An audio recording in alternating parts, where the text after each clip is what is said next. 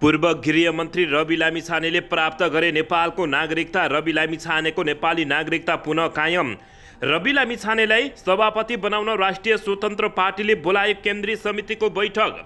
रवि लामिछानेले नागरिकता लिएपछि दाइ हरिशरण भन्छन् कानुनले दिए चितवन क्षेत्र नम्बर 2 को उपनिर्वाचनमा लड्छ। रवि लामिछानेपछि बालेन शाहको पद धरापमा। फागुन मसान्तसम्म निर्वाचन आयोगको डेडलाइन के होला त यसबारे सम्पूर्ण जानकारी। राष्ट्रिय स्वतन्त्र पार्टीले गृह मन्त्रालय नछाड्ने। केपी शर्मा ओलीले चौतर्फी घेराबन्दी गरिरहेको प्रधानमन्त्री पुष्पकमल दाहाल प्रचण्डको अभिव्यक्ति। राष्ट्रपति बारे नेकपा माओवादी केन्द्रको निर्णयले एमालेमा छटपटी। काङ्ग्रेस भन्छ माघ 28 गते भित्रै चुनाव गर्नुपर्छ। चितवन क्षेत्र नम्बर 2 को उपनिर्वाचनमा रवि लामिछानेलाई नै सहयोग गर्ने नेकपा एमालेका नेता शेरबहादुर तामाङको अभिव्यक्ति। यता काठमाडौँपछि पोखरामा आत्महत्याको प्रयास। आइसियुमा उपचार हुँदै डोजर आतंक बन्द गर्न माग गर्दै बालेन शाह विरुद्ध काठमाडौँमा भीषण प्रदर्शन। सत्ता समीकरणमा फेरबदल ल्याउन रवि लामिछानेलाई मुद्दा हालिएको नेकपा एमालेका नेता महासचिव पोखरेलको भनाई। शेयर बजारमा दोहोरो अङ्कको गिरावट के घट्यो त यसबारे सम्पूर्ण जानकारी। स्वास्थ्य मन्त्रीको चेतावनी। नर्सलाई न्यूनतम पारिश्रमिक नदिने अस्पताल नै खारेज गर्दछौँ। सन्दीप लामिछानेलाई पुनः थुनामै राख्नुपर्ने मागसहित महाधिवक्ता सर्वोच्च अदालत जाने। लुम्बिनीमा मागी खाने भाँडो होइन पवित्र थालोमा बसेर अपवित्र काम नगर्न पर्यटन मन्त्री किराँतीको अभिव्यक्ति।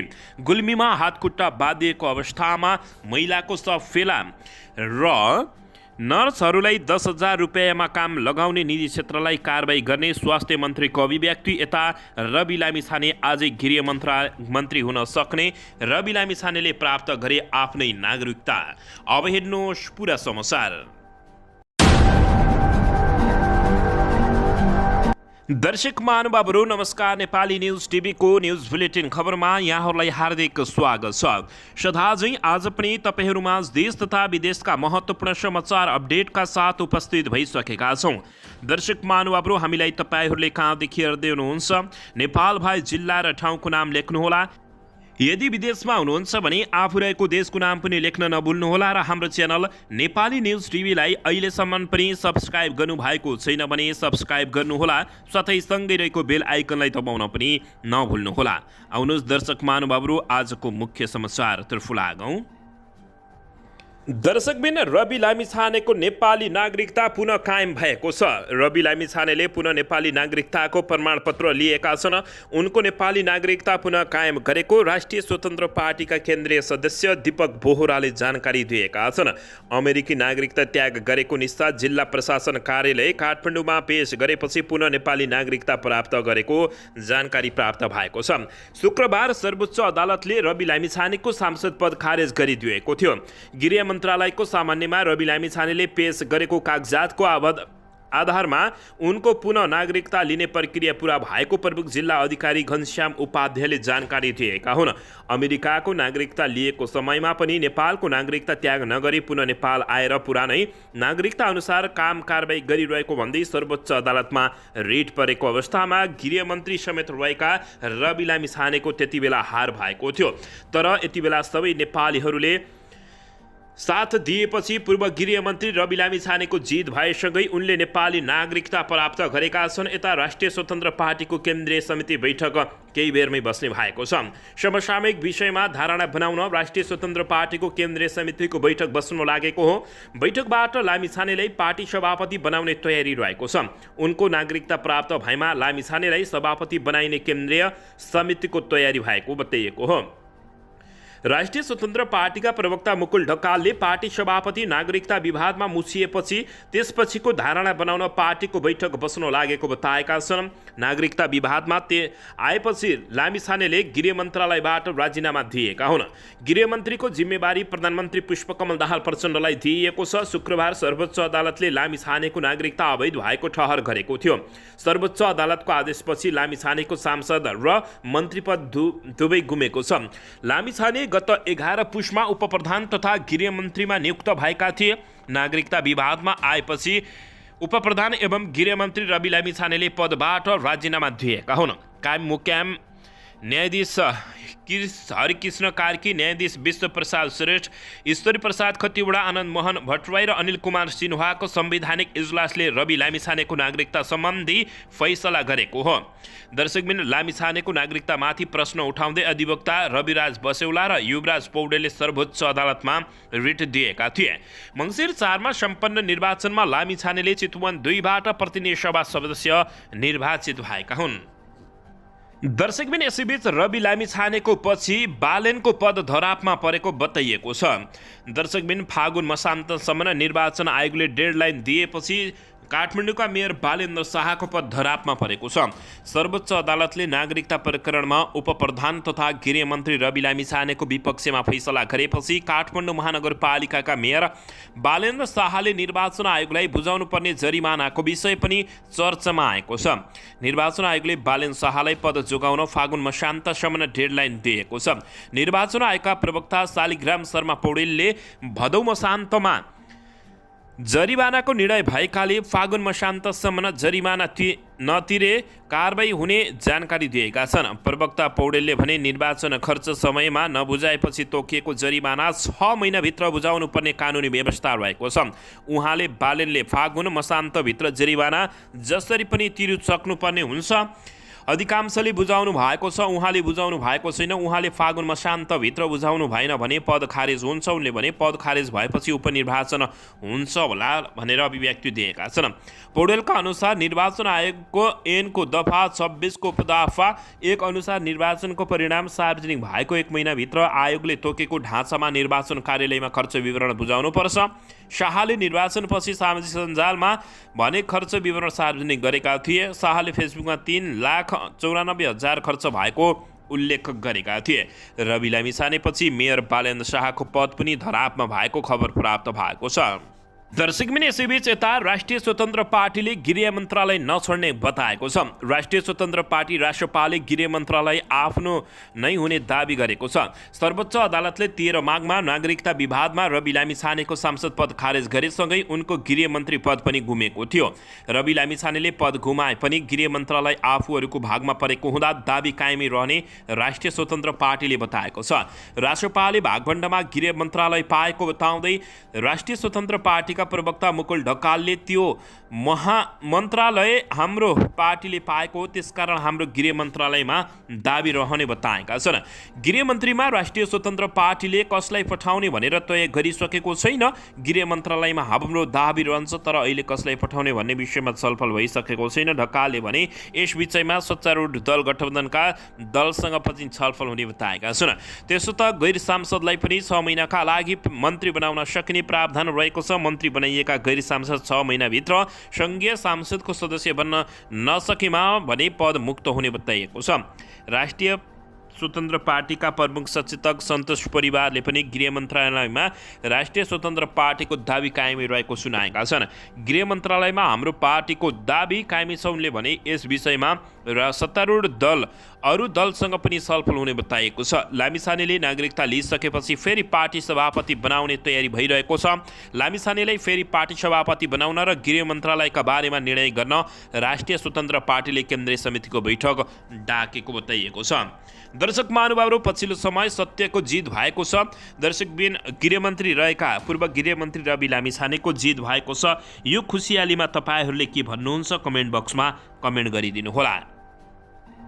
दर्शकबिन, यसैबीच पूर्व प्रधानमन्त्री केपी शर्मा ओलीले चौतर्फी घेराबन्दी गरिरहेको प्रधानमन्त्री पुष्पकमल दाहाल प्रचण्डले आरोप लगाएका छन्। प्रधानमन्त्री पुष्पकमल दाहाल प्रचण्डले पछिल्लो समय नेकपा एमालेका अध्यक्ष केपी शर्मा ओलीले चौतर्फी घेराबन्दी गरेको आरोप लगाएका हुन्। उनले स्थायी कमिटीको जारी बैठकमा 2 दिनसम्म यही विषय दोहोऱ्याएको एक पदाधिकारीले बताएका छन्। बिहिबार बसेको स्थायी कमिटी बैठकमा पनि प्रधानमन्त्री पुष्पकमल दाहाल प्रचण्डले एमाले अध्यक्ष केपी शर्मा ओलीले सहमति पालन नगरेको भन्दै असन्तुष्टि जनाएका थिए। नेकपा माओवादी केन्द्रका एक पदाधिकारीले दिएको जानकारी अनुसार सांसद विघटनको विषय सांसद प्रवेश गराएर ओलीले सहमति पालन नगरेको धारणा व्यक्त गरेका थिए। प्रधानमन्त्री प्रचण्डले माओवादीले नेकपा एमालेको तुलनामा मन्त्रालय पनि राम्रा नपाएको र मर्यादा क्रममा पनि अप्ठ्यारो पारिएको टिप्पणी गरेका हुन्। सांसद विघटनको विषय संसदमै उठाउँदा निर्वाचित प्रधानमन्त्रीको लागि अलि असहज भएको छ। दाहालको भनाइ उद्धृत गर्दै ती पदाधिकारीले भनेका छन्, विगतका कुरा सार्वजनिक रूपमा नउठाउने सहमति भएको थियो। संसद विघटनको विषयमा त्यत्रो आन्दोलन गर्यौं, अहिले त्यही ठिक थियो भन्न सकिँदैन भन्दै प्रधानमन्त्री प्रचण्डले भनेका छन्। उनले एमाले र माओवादी बीच प्रधानमन्त्रीले शपथ लिएका दिनमा एकजना मन्त्री पठाउने भनिएको भए पनि नेकपा एमाले 4 जना पठाएको भन्दै अर्को असन्तुष्टि जनाएका थिए। पहिलो दिनमा नै दुईवटै पार्टीबाट एक जना पठाउने कुरा भएको थियो, तर एमाले 4 जना पठायो। प्रचण्डको भनाइ रहेको थियो, मन्त्रीको पोर्टफोलियो पनि जसरी हुनुपर्ने हो त्यो भएन, सहमति र विश्वासको कुरा हुन सकेको छैन। प्रधानमन्त्री समेत रहेका प्रचण्डले सभामुख र राष्ट्रपति अहिले एउटै पार्टीको बनाउने र भोलि प्रधानमन्त्री हुँदाको अवस्था अहिले नै मूल्याङ्कन गर्नुपर्ने बताएका थिए। यस विषयमा गम्भीर समीक्षा गरेर निर्णय गर्नुपर्ने उनको भनाइरहेको थियो। सभामुख र राष्ट्रपति अनि भोलि प्रधानमन्त्री पनि एउटै पार्टीको हुने अवस्थामा गम्भीरताका साथ अहिले नै सोच्न जरुरी छ, दाहालको भनाइरहेको थियो। काङ्ग्रेसले विश्वासको मत दिएका छन्, हामीले राष्ट्रिय सहमति जुटाउनु पर्ने अवस्था आउन सक्छ, तर अहिले नै काङ्ग्रेस वा एमालेको राष्ट्रपति भन्ने अवस्था चाहिँ नभएको बताइएको छ। त्यसपछि पदाधिकारी तथा स्थायी कमिटी सदस्यहरूले आफ्नो धारणा राख्ने क्रम सुरु भएपछि पनि दाहालले दोहोराए तेह्रै ओलीले चौतर्फी घेराबन्दी गरिरहेको सहमतिका आधारमा राष्ट्रपति चयनको प्रस्ताव आफूले ल्याएको बताएका हुन्। दर्शकबिन यसैबीच यता नेकपा एमालेका नेता शेरबहादुर तामाङले नेकपा एमालेको प्रस्तावबाट राष्ट्रपतिको उम्मेद्वारको प्रस्तावक प्रधानमन्त्री पुष्पकमल दाहाल प्रचण्ड बस्ने ठकुवा गरेका छन्। राष्ट्रपतिमा नेकपा एमालेको उम्मेद्वार खडा हुन्छ, प्रचण्डजी आफै प्रस्तावक बस्नुहुन्छ, हामी पूर्व सहमति कार्यान्वयनमा इमान्दार छौँ उनले बताएका छन्। यसैबीच अहिले आएर त्यसमा बखेडा सिर्जना गर्न मिल्दैन। प्रधानमन्त्री पद्धतिमा एमालेको कुनै हस्तक्षेप छैन, नेकपा एमाले केही मन्त्रालय मात्र चलाउने हो, हामी प्रचण्डलाई सफल बनाउन लाग्छौँ, उहाँलाई भनेको मुलुकलाई सफल बनाउने हो, उनले एक कार्यक्रममा कुराकानी गर्दै भनेका छन्। काङ्ग्रेसले कुनै पद विशेषमा राष्ट्रिय सहमतिको अडान राख्न नमिल्ने उनको तर्क रहेको छ। तामाङले भने काङ्ग्रेसमा सत्ता बाहिर बस्नै नसक्ने मनोविज्ञान छ, अहिले त्यही छटपटाहट देखिएको हो। उसले राज्यका प्रमुख पद प्रधानमन्त्री र राष्ट्रपति नै चाहिने भएकाले गठबन्धन टुटेको बताएका छन्। नेपाली काङ्ग्रेसको नेतालाई मान्दा राष्ट्रिय सहमति हुने, अरूलाई मान्दा नहुने भन्ने पनि कुरा हुन्छ भन्दै प्रश्न गर्दै पद विशेषमा सहमतिको रटना नगरौँ, अर्थतन्त्र रोजगारी सिर्जनामा सहमति गरौँ न, राष्ट्रपति नै चाहिने हो भने नेपाली काङ्ग्रेसले सत्तापक्ष हुँ भनेर प्रस्ताव ल्याउनु पर्यो नि भनेर भनेका छन्। नेकपा एमाले प्रचण्डलाई 5 वर्ष सहयोग गर्न तयार हो त भन्ने धमलाको प्रश्नमा भने उनले भने आधा कार्यकाल प्रधानमन्त्री हुने एक खालको जेन्टलम्यान एग्रिमेन्ट हो, तर राजनीतिक तमासुक गरेर बस्ने कुरा होइन रहेछ भनेर अभिव्यक्ति दिएका छन्। परिस्थिति बदलिन्छ, काङ्ग्रेसले माओवादीलाई ल्याप्से लगाउने पार्टी ठान्नुभयो र गठबन्धन टुट्यो, मध्यावधिमा नजाओस् भनेर हामीले प्रचण्डलाई स्वीकार गरेको हो। राजनीतिमा इमान्दार चाहिन्छ। चितवन 2 को उपनिर्वाचनमा नेकपा एमाले रवि लामिछानेलाई सहयोग गर्ने पनि उनले बताएका छन्। तामाङले भने रविजीको असावधानीले गर्दा यस्तो भयो, अदालतको व्याख्या अलि अनुदार हो, उहाँले सहज ढङ्गले पद छाडिसक्नु भएको छ, अब निर्वाचन लड्नुहुन्छ, जित्नुहुन्छ, हामी रविजीलाई नै समर्थन गर्छौँ, गठबन्धन अगाडि बढ्छ, यसमा तलमाथि नहुने उनले बताएका छन्। दर्शकबिन यसैबीच यता नेकपा एमालेका महासचिव शङ्कर पोखरेलले सत्ता समीकरणमा फेरबदल ल्याउने उद्देश्यसहित निवर्तमान गृहमन्त्री रवि लामिछानेलाई नागरिकता प्रकरणमा मुद्दा हालिएको बताएका छन्। नेकपा एमाले महासचिव पोखरेलले सत्ता समीकरणमा फेरबदल ल्याउन सकिन्छ कि भनेर निवर्तमान गृहमन्त्री रवि लामिछानेलाई नागरिकता प्रकरणमा मुद्दा हालिएको बताएका छन्। आइतबार एक कार्यक्रममा कुराकानी गर्दै उनले रवि लामिछानेको नागरिकता प्रकरणले सत्ता समीकरण फेरबदल नहुने स्पष्ट पारेका छन्। उनले राजनीतिक मिसन अदालती प्रक्रियाले उत्पन्न गरेको प्रश्नहरूका कारण नबिथोलिने भन्दै समस्याहरूको समाधान गरिने बताएका छन्। उनले विगतमा PR लिएर विदेशमा बसेका थुप्रै व्यक्तिहरू नेपाल फर्किँदा स्वतः नेपाली नागरिक भएका आम अभ्यास भएको भने कसैले प्रश्न नउठाउने बताएका छन्। उनले भने सामान्यतया अभ्यास के हुने गर्छ भने कुरालाई उहाँले आम अभ्यासलाई रवि लामिछानेले प्रयोगमा ल्याउनु भयो। आम अभ्यासमा जे भइरहेको छ त्यही अभ्यासमा उहाँ हिँडिराख्नु भएको हो, तर अदालतले चाहिँ भाषालाई समात्यो। मुद्दा परिसकेपछि अदालतले भाषालाई समाउने आउने कुरा चाहिँ स्वाभाविक पनि हो, तर नेपालका सन्दर्भमा भन्ने हो भने थुप्रै व्यक्तिहरू पिआर लिएर विदेशमा बसेकाहरू फर्केर आउँदाखेरि स्वतः नेपाली नागरिक भएका छन्। कसैले प्रश्न उठाएको छ र पिआर लिएका व्यक्तिहरूको पिआर परित्याग गरेको घोषणा गरेर त्यसपछि फेरि नयाँ प्रक्रियाबाट नागरिकता प्राप्त गरेको सुन्नु भएको छ र, तर रवि लामिछानेको हकमा यसलाई विषय बनाइएको उनले बताएका छन्। दर्शकबिन यसैबीच यता डोजर आतङ्क बन्द गर्न भन्दै बालेन शाह विरुद्ध काठमाडौँमा भीषण प्रदर्शन भएको छ। उपत्यका व्यापी सडक विस्तार पीडित सङ्घर्षण समिति लगायत विभिन्न सङ्गठनहरूले आइतबार काठमाडौँ महानगरपालिका विरुद्ध प्रदर्शन गरेका छन्। माइतीघरमा जम्मा भएर महानगरपालिकाले सडक विस्तारका नाममा गैरकानुनी ज्यादती गरेको भन्दै प्रदर्शन गरिएको छ। कुनै समय मेयर बालेन्द्र शाहका सहयात्री रहेका सुमन स्यामीले काठमाडौँ महानगरपालिकाले सडक विस्तारका नाममा बिना अध्ययन अनुसन्धान डोजर चलाएको आरोप लगाएका छन्। महानगरका मेयर बालेन शाहले जवाबदेहिता बिना काम गरेको स्यामीको भनाइरहेको छ। प्रदर्शनमा सहभागीहरूले डोजर आतङ्क बन्द गर्न, सडक विस्तारको नाममा उठीबास नगर्न, आदिवासीको भूमिको अधिकार सुनिश्चित गर्न समेत माग गरेका छन्। उठीबास गर्ने विकास चाहिँदैन, संविधानले सुनिश्चित गरेको सम्पत्तिको अधिकार सुनिश्चित गर, सडक विस्तारको नाममा उठीबास नगर लगायतका प्लेकार्डहरू आदिवासीको भूमिको अधिकार गर र सुनिश्चित गर, हामी मर्न चाहँदैनौँ भन्दै काठमाडौँ महानगरपालिका विरुद्ध भीषण प्रदर्शन भएको छ। दर्शक महानुभावहरू, बालेन शाहले चालेको यो गतमलाई तपाईँहरूले के भन्न चाहनुहुन्छ, यसबारे मनमा लागेको प्रतिक्रिया दिन नभुल्नुहोला। दर्शकबिन यसैबीच आउनुहोस् अर्को समाचारतर्फ लागौँ। क्रिकेटर सन्दीप लामिछानेलाई पाटन उच्च अदालतले धरौटीमा छाड्न आदेश दिएपछि उनी करिब 2 हप्ता अघि 20 लाख धरौटीमा कारोबारबाट रिहा भएका थिए। नाबालिग बलात्कारको गम्भीर अभियोग लागेका सन्दीप लामिछानेलाई पुनः राष्ट्रिय क्रिकेट टोलीमा फर्काउने सम्मका बहस भइरहेको बेला उनी विरुद्ध महाधिवक्ताको कार्यालय उत्रिएको छ। धरौटीमा छोड्ने उच्च अदालतको आदेश बदर गर्न माग गर्दै महाधिवक्ता कार्यालयको सर्वोच्च अदालतमा रिट निवेदन हाल्ने भएको छ। सन्दीप लामिछानेलाई पुनः थुनामै राख्न मुद्दाको पूर्वपक्ष गर्नुपर्ने मागसहित महाधिवक्ता कार्यालयले सर्वोच्च अदालतमा निवेदन दिने निर्णय गरेको बताइएको छ। स्रोतका अनुसार उच्च अदालतको आदेश त्रुटिपूर्ण रहेको भन्दै महाधिवक्ताको कार्यालयले उक्त अदालतका फाइल अध्ययन गरिरहेको र मस्यौदामा थप गडबडको काम भइरहेको बताएको छ। प्राप्त प्रमाण तथा बयानबाट आरोपित प्रमाणित भएको भन्ने र थुनामा राख्न अनिवार्य पर्ने पनि भन्ने खालको विरोधाभासी आदेश उच्च अदालतबाट भएकाले सो आदेश कानुनी व्यवस्थाभन्दा बाहिर गएको महान्यायाधिवक्ता कार्यालयको ठहर रहेको छ। 3 वर्षभन्दा बढी समय जेल जाने कसुर गरेको प्रमाणित हुँदाहुँदै लामिछानेलाई धरौटीमा छाड्न नहुने सरकारी वकिलहरूको तर्क रहेको छ। दर्शकबिन यसैबीच यता साताको पहिलो दिन सेयर बजारमा दोहोरो अङ्कको गिरावट आएको छ।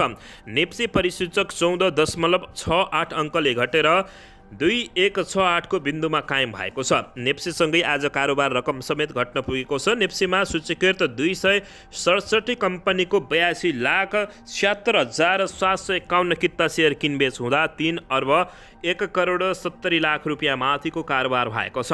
नेप्सेमा रहेका 13 सूचक मध्ये आज होटल तथा पर्यटन र जीवन बिमा सूचकमा हरियाली छाएको छ भने बाँकी 11 सूचक रातम्य भएका छन्। सर्वाधिक आज फाइनेन्स सूचक 2004% बढेको जानकारी प्राप्त भएको छ।